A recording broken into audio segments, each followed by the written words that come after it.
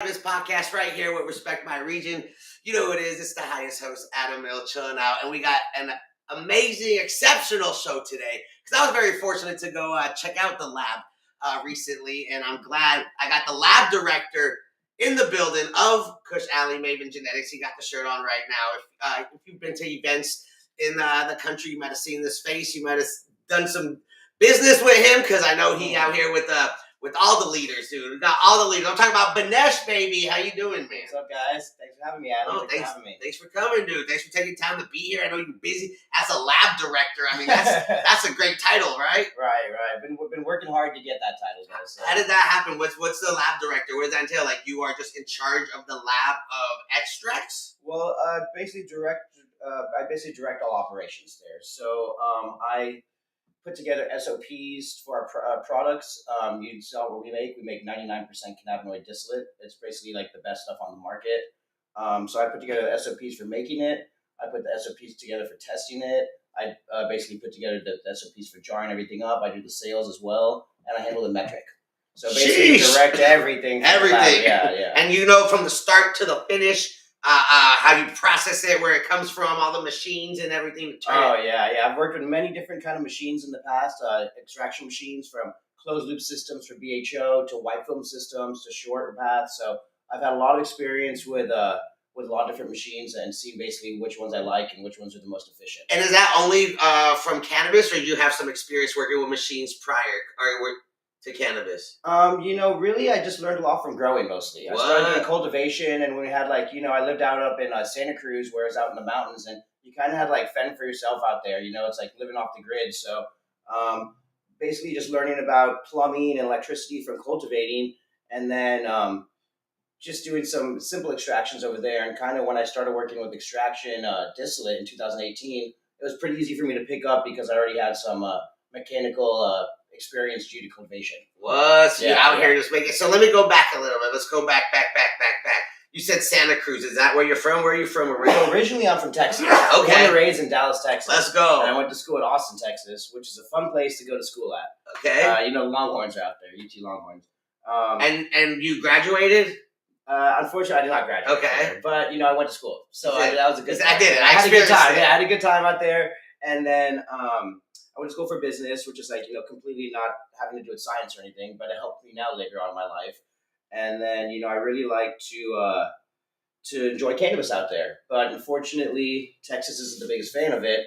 Right. And not only do they not like it, but they look for people that are smoking. And it's really not the best place for me. So we were always growing up. You're always don't get caught in Texas with weed. That's the one state. It's dangerous, but. The more people I meet in the space, there's been a lot of stoners in Texas. It might be so negative, but recently it was I'm in Texas. We've been smoking that shit. They probably just trying to keep the tourists out. Right. Fortunately, Austin is the cool part of Texas out there. So Austin is now growing, and as with Austin, so is the community, which is the more open-minded, liberal people, which are now expanding to the neighboring cities like San Antonio, Houston, and Dallas, which is cool. Texas needs something like that. But then, you got to realize the old school money's still where the Republicans are at. Right. But it's a good balance out there. They're definitely, their economy's good, and the laws aren't the best, but hopefully we'll see some changes. Everything's evolving. Everything's changing. I mean, when they find out they can profit off it because, they're all about money, then I'm sure they'll get into it. So here you are growing up in Texas. When's the first time you smoked weed? So my parents sent me to military school to get away from the bad kids, right? Stop it. But the funny thing is that's where I found them. All the bad kids. Yeah, that's where I found them. So my last day in 9th grade, were you a bad kid? Why did they send you to military school? I was a kid who liked to explore other things. You know what I mean? I didn't like going to school so much. So that came trouble, So you weren't a good student-ish. Right. And the funny thing is the first couple of times I smoked weed, I didn't get high. You're just doing it because you're friends, and you're keep in mind, I wanted to get high. It was the older kids were doing it, and it was Mexican swag. We're in Texas back in 2005. So it's probably 1999. Sorry, back then. So smoking Mexican swag. I didn't get high the first time, but the last day of 9th grade school, the last day of my 9th grade school, my buddy took me out to his truck, and he's like, "Yo, you want some weed?" And I'm like, "Sure, let's try it again." So I took a hit, and man, I felt so good. And you're like, this is it. This is it, yeah. And I just remember being like, all right, I'm feeling it. You know what I mean? And Was it swag or was it like so? It was swag. All we would get back then was swag. Yeah, you know, that's always swag. But it was like either good swag or bad swag. Yeah. It was all bad or whatever, you know. And then like, I didn't even get introduced to chronic, or we used to say, till like 5 years later after smoking, or 4 years into smoking. But yeah, so when I got high the first time, that time, and after that, like I said, it was the last day of 9th grade. So that summer, you could imagine what I was doing. Just getting high all the time. Right. Yeah. And you were just finding it around, hitting up your home. This is Texas still, right? Well, Texas, it was weird. So it was hard to get it. You would get it from like your friends' older brothers or older sisters. Right. They had a connect or something like that. And you'd always you'd have to wait for hours, and it'd always come back skipped. Right. So it's just, but you were just happy to get it, And then when you get it, you get a blunt, or we smoke swishers over there. Right. And 1 gram, 1 swisher. Right. And between 6 homies, yeah. Yeah, you and your friends. And that was it, It was awesome. Oh my God. And we were happy as long as we got it, We get ripped off a bunch, but I mean, at least we get something out of it, Yeah. And then what can you say? You're getting ripped off for buying drugs in Texas. You can't do anything about it. It is what it is. Yeah. So here you are in Texas, and then like, is this do you realize like I love cannabis? This is gonna be my job, or what were you doing? No, I never thought it was gonna be a job. It was like never in my wildest dreams would it be legal by any means. Okay, so growing up in Texas, I liked smoking. What was Little Binesh gonna be? What was? Yeah, were you gonna be like a race car driver? No. I wanted to work in like stocks and just trading business, something like that. Something with the business world. I know I wanted to like definitely work with numbers and money and making a large amounts of money within like a short amount of time. Okay, that's where I was at with that. So with that being, I moved to Austin, and I was working for the Boys and Girls Club, and I go buy my eights afterwards and after work, and I was like the Boys and Girls Club, the after school program. Yeah, like chilling there, and I was like having the best times living the college life. And then one day after work, one of my neighbors was like, I was asking him, hey, you're getting weed from? He's like, yeah, here's this guy's number. And I went to this guy's house, and he happened to be a grower, which was the first time I was able to like be direct with somebody before. He never showed it to me, but he took. Okay. But I knew, because I saw when I go to the bathroom, one of the doors had like a towel underneath it. There's always a light shining underneath it, and his weed was fresh, which I'd never seen before. Right. So I kind of figured it out. And whenever I asked for ounces, he'd be like, hold on and go to the room and come back with it. So I figured it out. So basically, when my first paycheck from Boys and Girls Club, I went and bought an ounce from this guy. $300, right? No, sorry, $400. Yeah.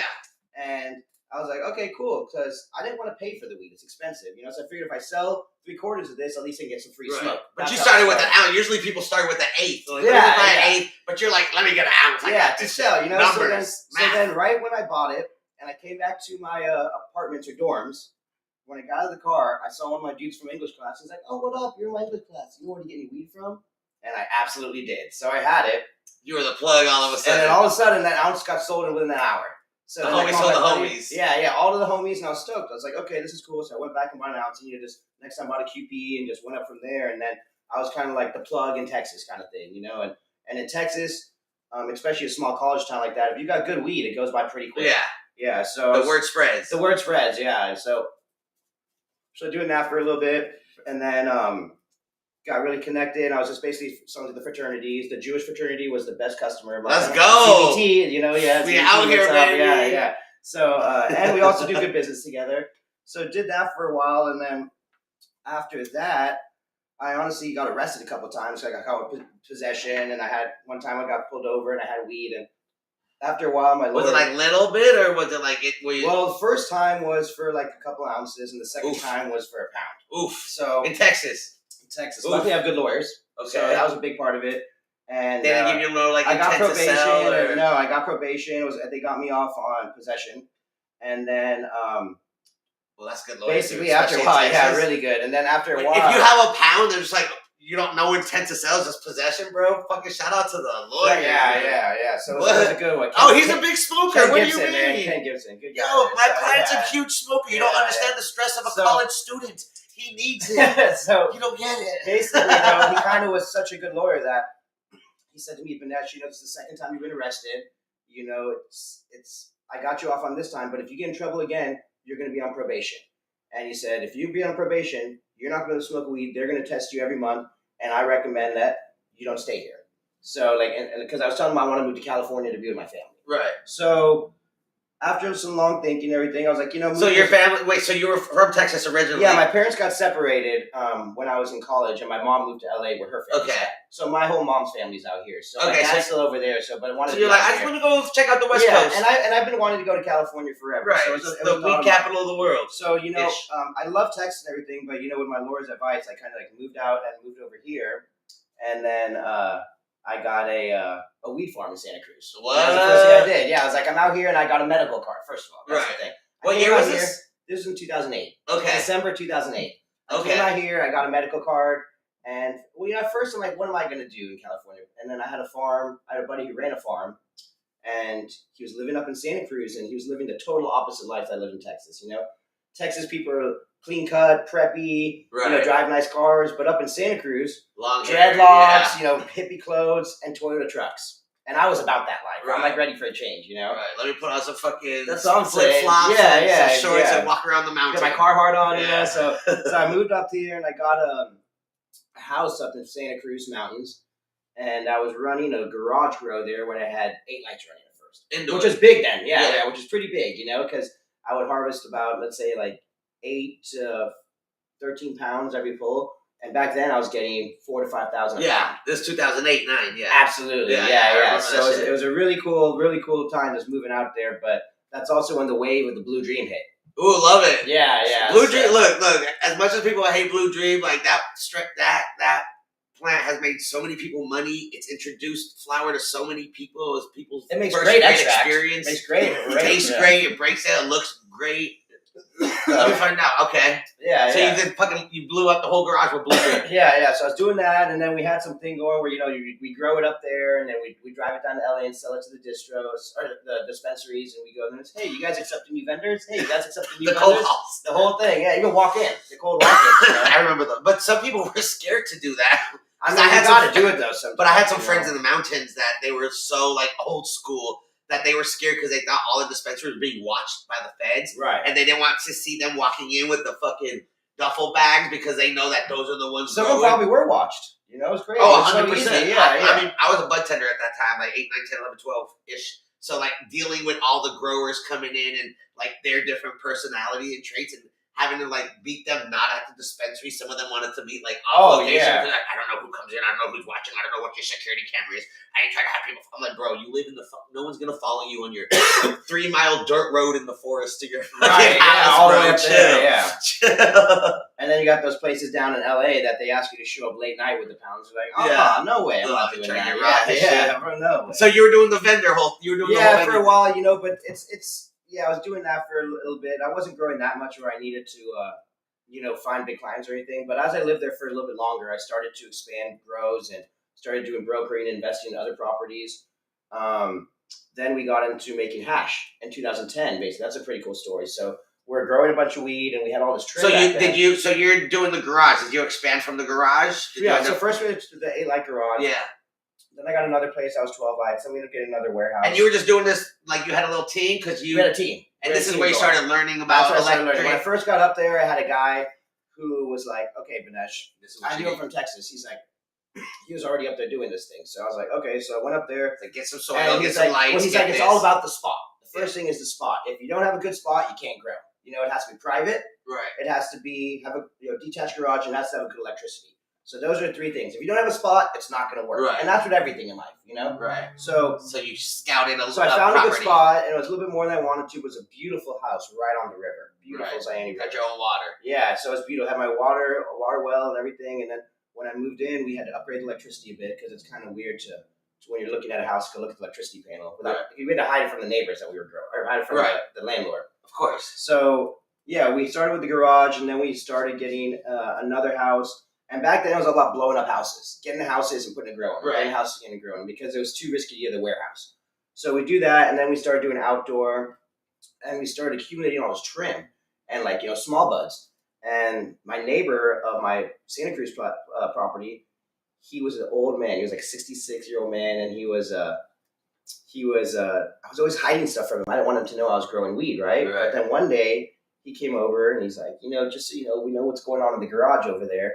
And if you ever want to learn to make hash, you should come over sometime. What? And I was like, all right, cool. You're like, okay, I got the right property. Right, yeah, I got the right one. Don Connor, man. Great Because he guy. was probably like, man, they probably don't know what they doing with all and that. I went over to his house, and he had a huge grow in the backyard. So it was like awesome to have that going on. Especially knowing like, oh my God, my neighbor does this too. Yeah. Big relief right there, you know? And he'd been there for 35 years. And he probably didn't want you fucking up because with your outdoor place, like, yo, I don't need you trying to fucking put no stupid plants out here fucking my outdoor shit, Right. Bro. And he'd been there for 35 years, so he knew everybody. So that's like I got in good with the right person. And then I brought all my trim over there, and then he started showing me simple ways to make hash with 5-gallon buckets. The water hash is and I love doing that. It was so great. It's a workout. Simple, yeah. And then we used to use drills and the wooden spoons and finding the best way. Back then, you couldn't really look up stuff on the internet because you get in trouble. You couldn't. There was like you could post on Instagram, whatever. So there were certain forums out R&D, there. Fuck around and find out. You know, so straight up, we just fuck around, find out this worked, and then we just ended up making these badass hash balls, the temple balls and everything. And then at that point, I'd make those, and then I go to the dispensary and sell them. Hey, you guys accept any vendors? You know what I mean?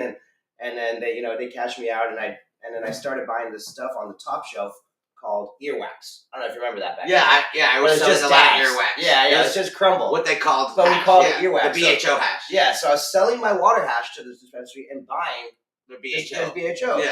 And then after a while, amber glass. Yeah, amber glass. Oh, yeah, the amber glass was insane. Like $90 a gram, before taxes. And I was like, I bet I could figure out how to make this shit.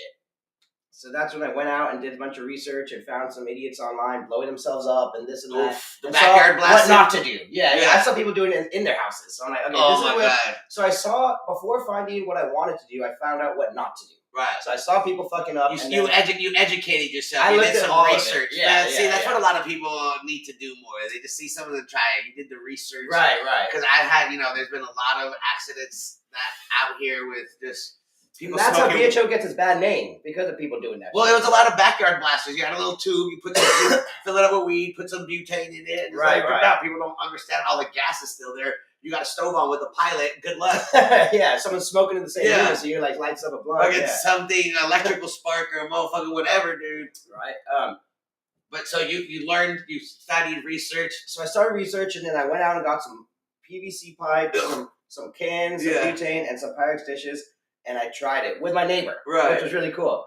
And sure enough, the first time we did it, we made it. I don't know how pure it was because we weren't allowed to test it back then. Yeah. But it looked like the stuff I was buying. And you purged it in the sun. And I purged it in the sun with first hot water bath. Yeah. Then you whip it. Blast it into the hot water. Yeah, and all that stuff. And then I ended up selling my earwax to the club I was buying it from. And I felt really good. I'm like, wow, you just made the top shelf right there. So and they liked your shit too. They liked my shit. Yeah. And we called it, I was going to Platinum Kush back then. So we called them Platinum Goo. It was called. Yeah, and was this up north or down here? It's in Santa Cruz. Okay, this is. So you I had a shop that was just getting your shit. Right. You had a relationship, and you were they were the one. I was bringing my flower down to LA, but up there they were buying the hash up north. Okay. So it was like, I guess back then not everybody was making hash, so it was a thing that was like, even bubble hash was hard to find back then. So as the market started getting legal and everything, and I started seeing that Santa Cruz is such a small city, kind of like like a little pond, you know what I mean? So its population is 60,000 people, so it's kind of hard. It gets stagnant real easy. So after being there for so many years, it was like 10 years at that point, I decided to make the move to LA as the market turned legal to further my a 5 million city population. To further my legal career. Yeah, and as well as further myself in cannabis science. So that's what my main goal was, to do that. So I feel like I knew everything about the market pretty well, opposed to like cultivation.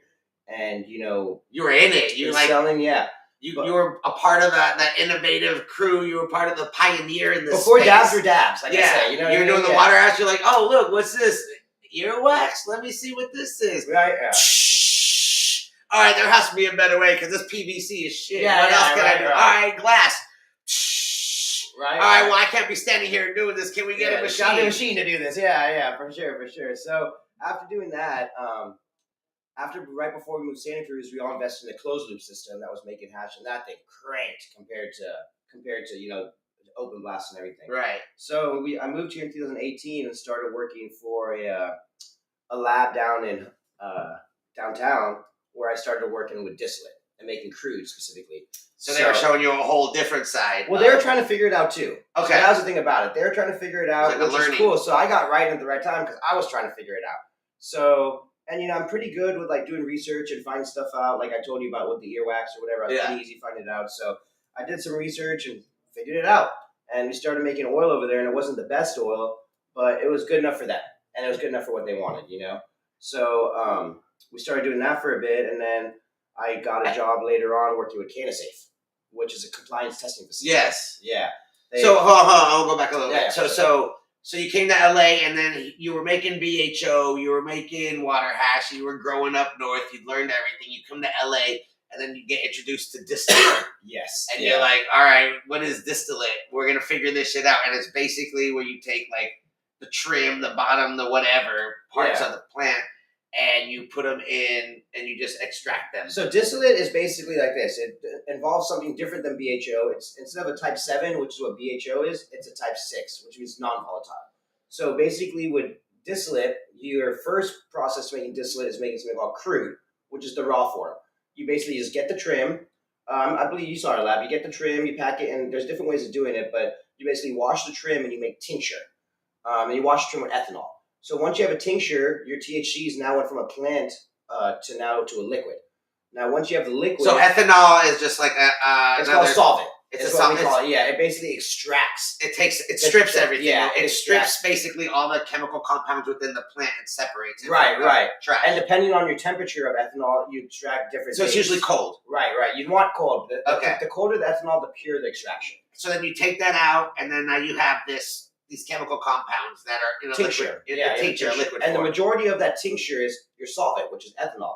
So you want to remove the solvent out, and then you get something called crude, which means raw form. And getting the solvent out is heat. And there's different ways of doing it. The most efficient ways of doing it is with heat and vacuum. Okay. Or you can just do it with heat, just depending on your process and what machines are available to you. Okay. So that's the whole process of cleaning it, like stripping it, cleaning it. Clean and strip it, and then you also got to decarboxylate it, which basically activates the THC. So you got to heat it up a little bit. Heat it up just a little bit. And that's the thing. You got to be very precise about your temperatures and your vacuum settings, because if you get it too high, you can burn off your THC. Right. So basically, you want to do it at a good point where you're not burning off any THC.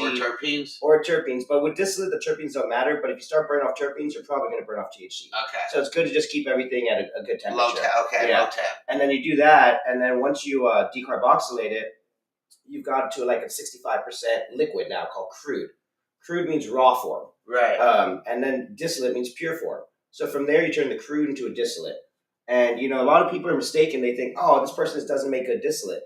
But a lot of it is the crude. If you don't make good crude, you're not going to make good distillate. Right. It's kind of the base behind So it's like the starting product. Right. If you have shitty crude, you're going to make shitty distillate, So that's just how it goes with it, whether there's residual terpenes, lipids, fats, whatever. So then you're like, yo, what? We got machines now to do this? I don't need to sit here and blast it with BHO? Right. We have machines to do all this. I mean, it's really important to have good operators, because wood scaling up, it becomes more dangerous. Working with those machines and having stuff not necessarily do stuff for you, but do the hard work for you, comes with a lot of, if you have untrained techs, you have problems with explosions, fires. So that maintenance. So you have to have good trained techs to do it. And that's really important, especially when it comes to being, compliant. Being safe is a big thing that's important in the lab nowadays, which is something being the black market that we used to look away from.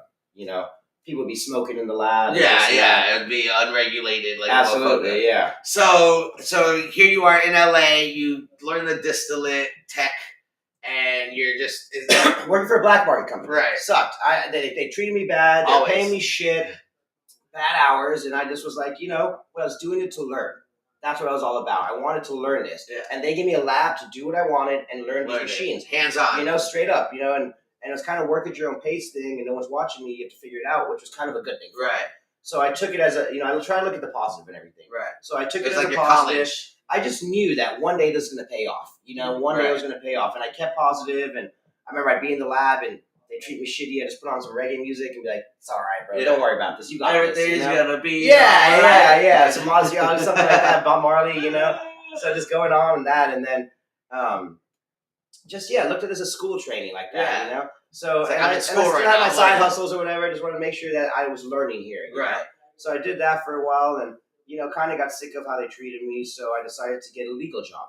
I wanted to find something where I was going to taxed and basically show on paper and everything. Right.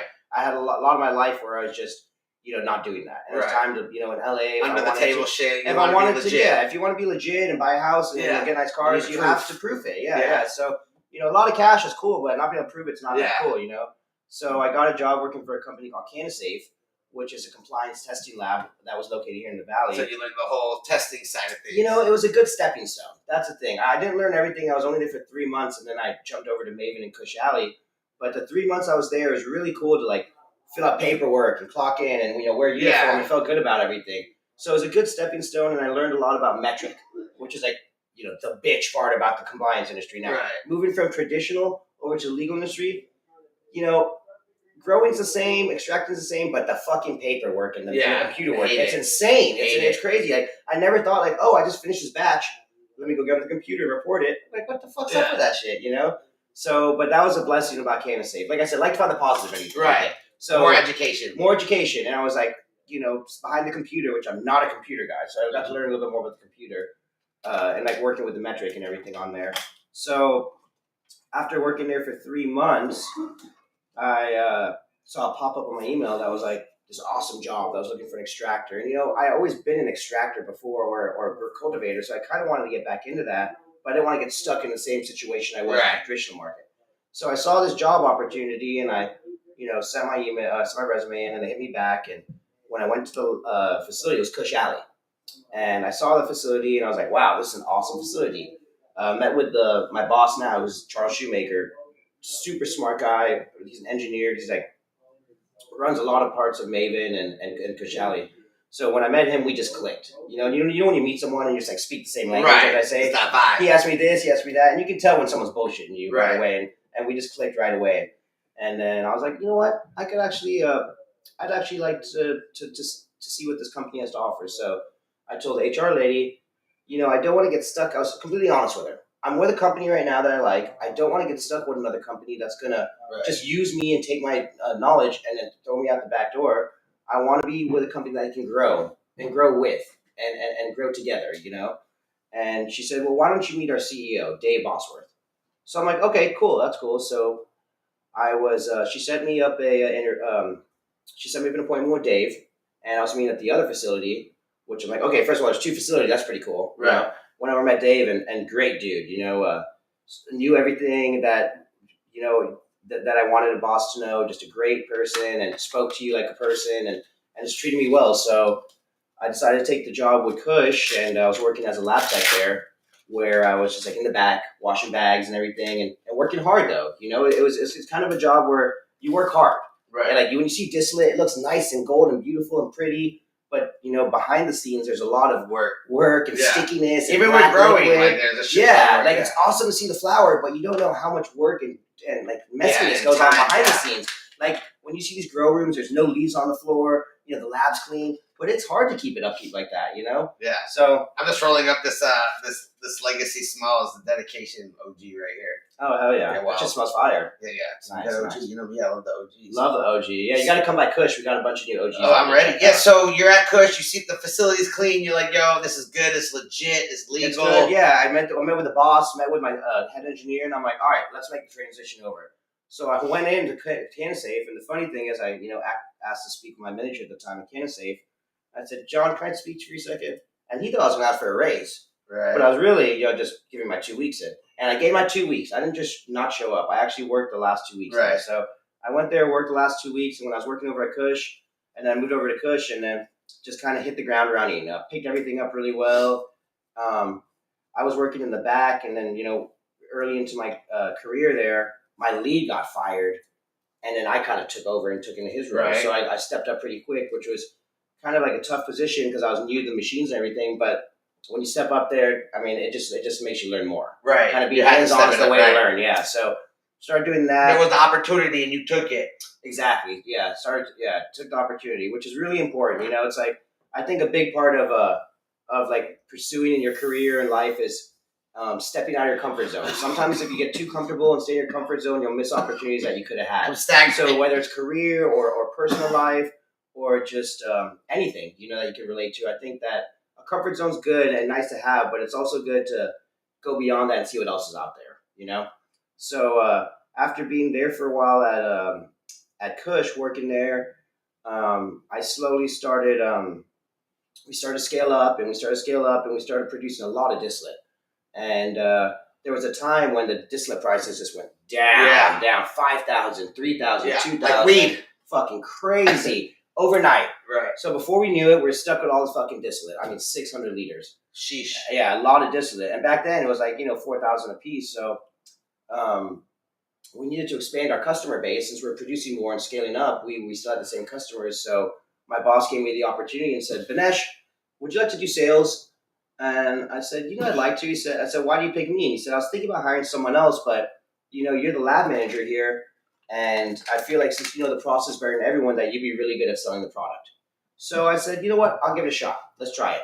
So this was right before MJ BizCon last year. So I went to MJ BizCon and network. It's kind of scary at first going out there from being back in the lab all the time to now I'm going to go out and be like a face of a company and walk these booths and I didn't know really what to expect at first, So I got bunch of Chads and Brads, yeah, all over the place. It's kind of crazy to see that, So I went out there and I had everything ready. I had my sales binder. I got a nice sales binder made with my picture, my distillate, all my COAs, my certificates of analysis. Right. You knew you're from the metric, you're from the lab. You're like, I got this shit. I'm like, I gotta look professional. Right. I just give them something to see. I can tell people how good my distillate is all day, but until they see it, and I can't walk around a liter, so I put together a little book.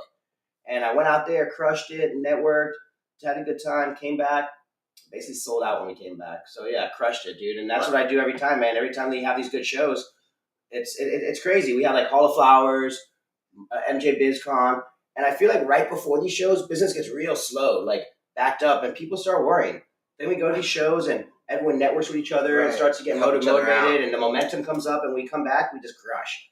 And I feel like that's good. It's really good for the community, So going from there, I was just started doing sales, and sales, and then moved up to a lab director eventually.